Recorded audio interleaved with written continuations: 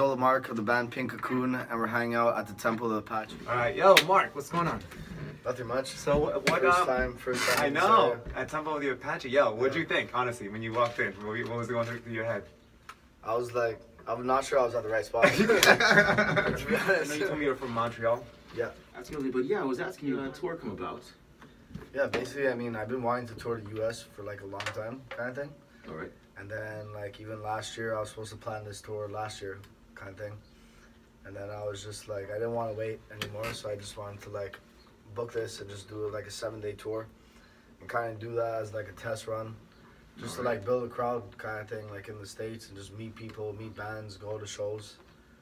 And then that's why I want to play like another U.S. tour and stuff. But that's pretty much like, it's like I want to come back more to the States to tour. It's just like bigger scene, there's more bands, there's more record labels, right, more people kind of thing. And then half of it was booked myself, and then 3 other dates were like booked by one of my friends in Vermont, or like my drummer Walter that was in Connecticut. Yeah. Then another friend that books in Connecticut. But yeah, pretty much it was mostly DIY. The whole process of it. I want to ask you in regards to the tour. I mean, I respect the trooper mentality. I wanted to do this from last year. I don't want anything to stop me. I'm just going in 7 days. You just made it happen, and and it says a lot when people deal with obstacles and their goals. So you're right about to do the tour. Your bass player can't play it for some odd reason. Did you consider not doing it, or was that even a question? Or? Well, kind of just like, because I haven't played with that bass player before. Okay. And then he was just like the friend of Walter and stuff, and he couldn't do it just last minute. Yeah. So I was just like, well, I'm not waiting on anyone kind of thing. So it's like, it's not gonna, it won't stop the tour kind of thing. It's like, my mentality now, it's like, if someone can't do it, or if it's like, if someone's slowing the band or anything like that, it's just keep going kind of thing. It's like, there's no time. Sometimes you have to. There's no time to wait. I mean, some people don't like it, but then at the same time, it's like, the more you wait, you just get older and just nothing happens, and it's like you're not doing anything, you're not learning anything. It's like, find every day should, in my opinion, in my head, it's like, it should be like a mission. You know what I mean? Well, like, I mean, gotta keep going. Glad you guys continued. Yeah. It sounded great. The sound. Yeah, usually it's a power trio lineup in general, and I have my lineup like in Montreal. All right. Shout out to Johnny B. If they end up watching this or something. Johnny B on bass, Mother drummer Patrick Murphy, Montreal. All right. What's up, guys? Stuff like that. How you guys doing? Hey guys. I'm probably gonna be back in Montreal when this is over. Hello, Montreal. Yeah, so like your influences, I know Black Sabbath. Like, can you talk a little bit more about your influences? Yeah, I mean, for Black Sabbath, that's a that's an obvious influence, sort of thing. Yeah.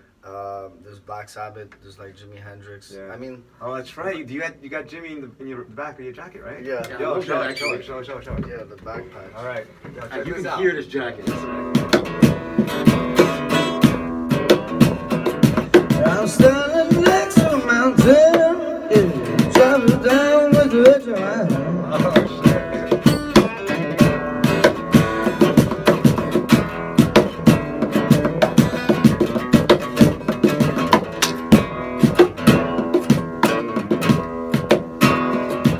I'm standing next to a mountain, traveling down with the river.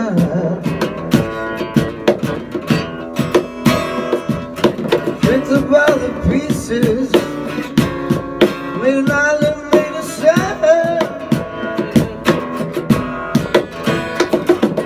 Voodoo child, baby. Lord knows I'm a voodoo child, yeah. Tell me.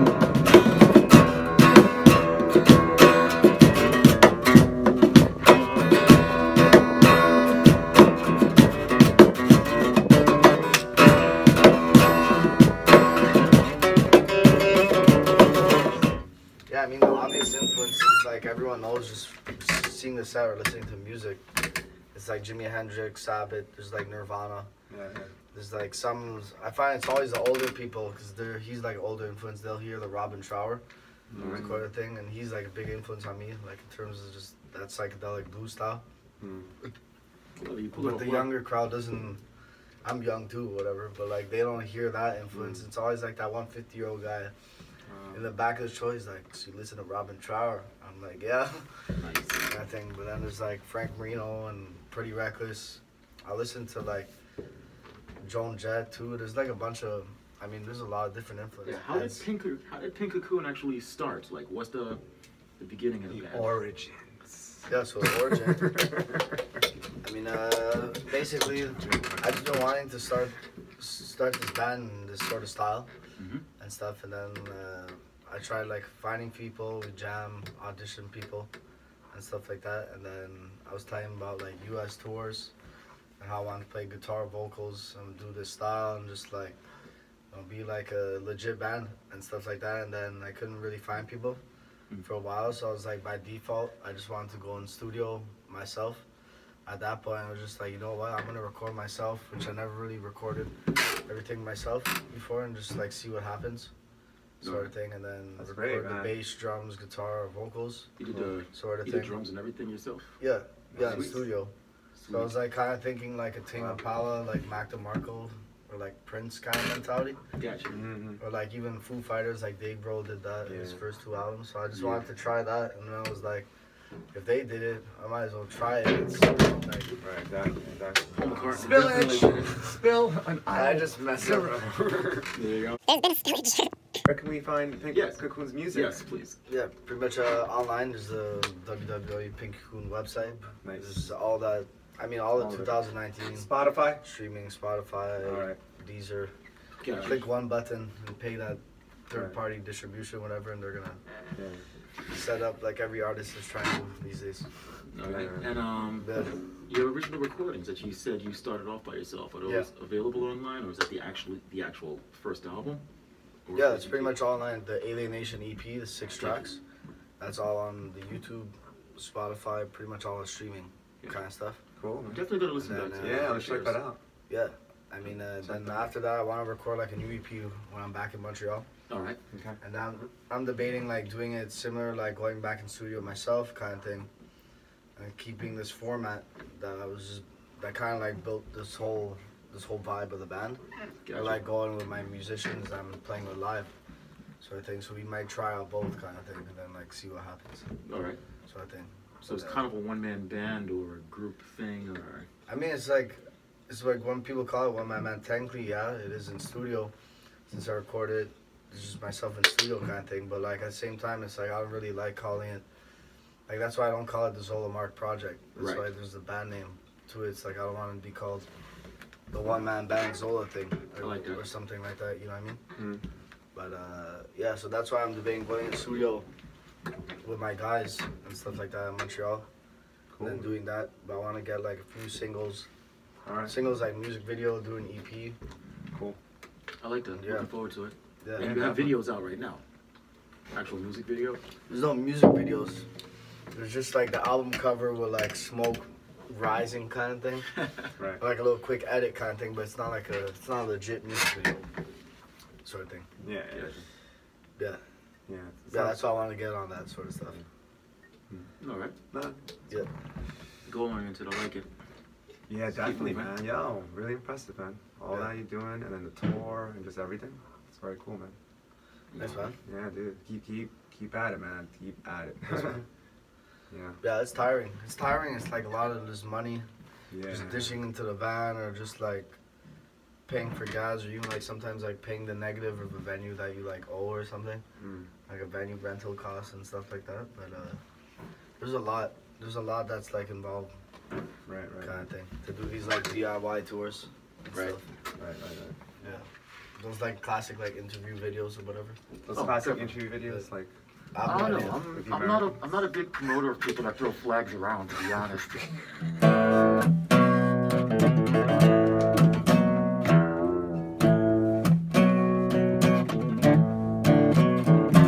X-ray eyes are taking me to your mother. X-ray eyes are taking me to your father. Yeah, looking in your eyes, see how fast you like a disease turning to bother to you.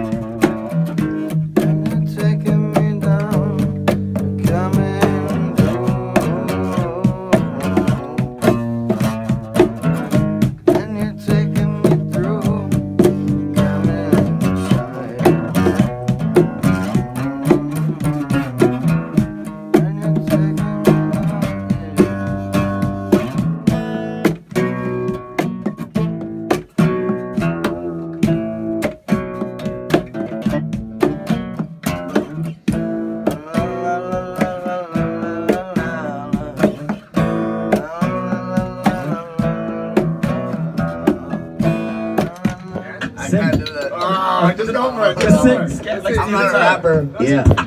Yeah. Yeah.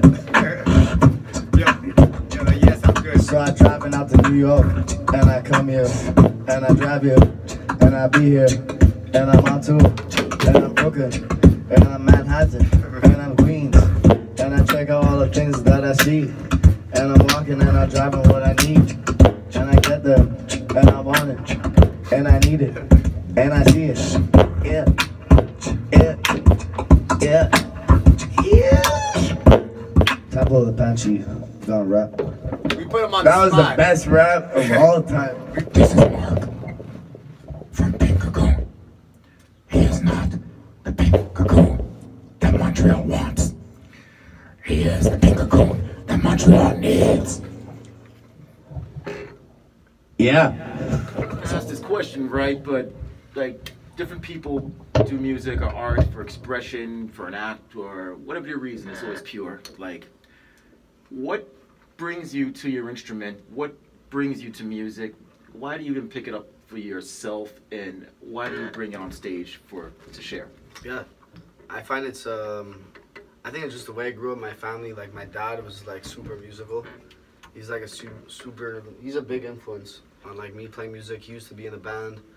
He used to be like on label back then and stuff like that. And I've been playing music since I was like, I guess I was small, kind of thing. And then the whole house is just like musical. But at the same time, just like music, like I was in the art before, like doing illustration design in school and stuff, like skateboarding, playing soccer and all that. And I technically just stopped all that in a sense just for music. In a sense, just because like with music, it's just like so big that you just meet people of different cultures everywhere. Like let's say you're at a gig and they relate with the music, or you're at another person's gig and you're into the same genre of music or the same vibe. Yeah, You might end up finding you're into similar other interests that you might relate with. And then just like the feeling of like writing a song alone, like let's say in your basement or at home in solitude, and then you sing it live. Right. And then there's people that are actually coming out to like that they relate with that same emotion, or even in Montreal, let's say a friend will like sing along to that song. It's like a crazy feeling kind of thing. And I find compared to other arts, like let's say you write a song, or like let's say it's like a visual art piece versus like a musical piece. It's like playing music. It's like once you're playing a show, you gotta like, if you want to sell your merch kind of thing, unless you have like an online shop or something, you gotta like perform that piece that you wrote. Like visual arts is like, let's say you have an art piece, you just put it up for display and that's it. You stand next to it. Like music, it's like you gotta now perform that live and get comfortable, and you have to learn how to talk to the crowd. You have to know how to talk to people, network, like make connections. It's like, I find music has helped me be more social. I've made like so many new friends at the same time. Doing tours, it's like I wouldn't be here now in New York talking with you guys in like Queens or Brooklyn. Probably if it wasn't for the band kind of thing or music, you know what I mean? So it's like, I find music just takes you like to different places. Yeah, I agree. I find it's just like, if you let it, you know, I mean, you gotta let it. It's weird because if I wasn't playing music, I don't know what I'd be doing. You know what I mean?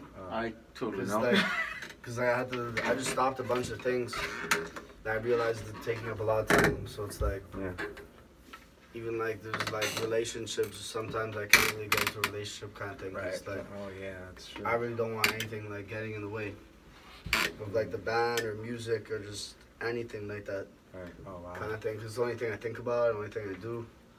It's kind of like a psychological problem. That makes some sense. Something, you know, it's like music almost keeps you sane too. It's like needing to play your guitar. It's like it's like if I don't play my guitar for a week, I'm gonna go insane or something. Oh wow. I mean, just like expressing your emotion or your anger in the songs, or I don't know. It's just like a way of life. Like it's what I love doing mainly. But at the same time, it's like obviously at one point I'd love to make a career out of it, or tour, like make a living and stuff like that. But if that doesn't come, then I would still be playing music. Yeah. I'd still be playing music, writing, doing tours, DIY tours. Like this DIY tour, I'm not making really any money from it. I'm like losing money and stuff like that. But like I'm still gonna book DIY tours, take the risk, meet people, do all that sort of thing. And that's pretty much it. That is the realest answer everyone's ever given me to that question. That's yeah, it's very, very like honest. Yeah. And That's why I just we definitely look at connect with that vibe. it. That's why I look at it kind of thing. It's like, The honesty definitely translates through your music and recording and performance. It's when people are being fake or it's an act or a pose, it can sound good, but if you know what to look for, you know the artist. Like I'm like, yeah, I guess we're all emotional. So I guess what we're saying is like, no, it's pretty sincere. well, It musicians shows. are just like Music, emotional people. No, we're not. Yes. He's more so. Yeah. Oh, you can't say that. Oh, damn, it's my turn. I have the same, we probably have the same level, but I don't express it much. Hey, Hector. I keep it inside. When it comes to So it's emotion, only my burden, not everyone else's. you know what? He gets so emotional, baby. Every time that he thinks of Now I you. recognize the song. He gets so emotional, baby. It's It's shocking what love can do. Yeah. This is Mark Angelo from Pink Cocoon. Mark Angelo. Yeah.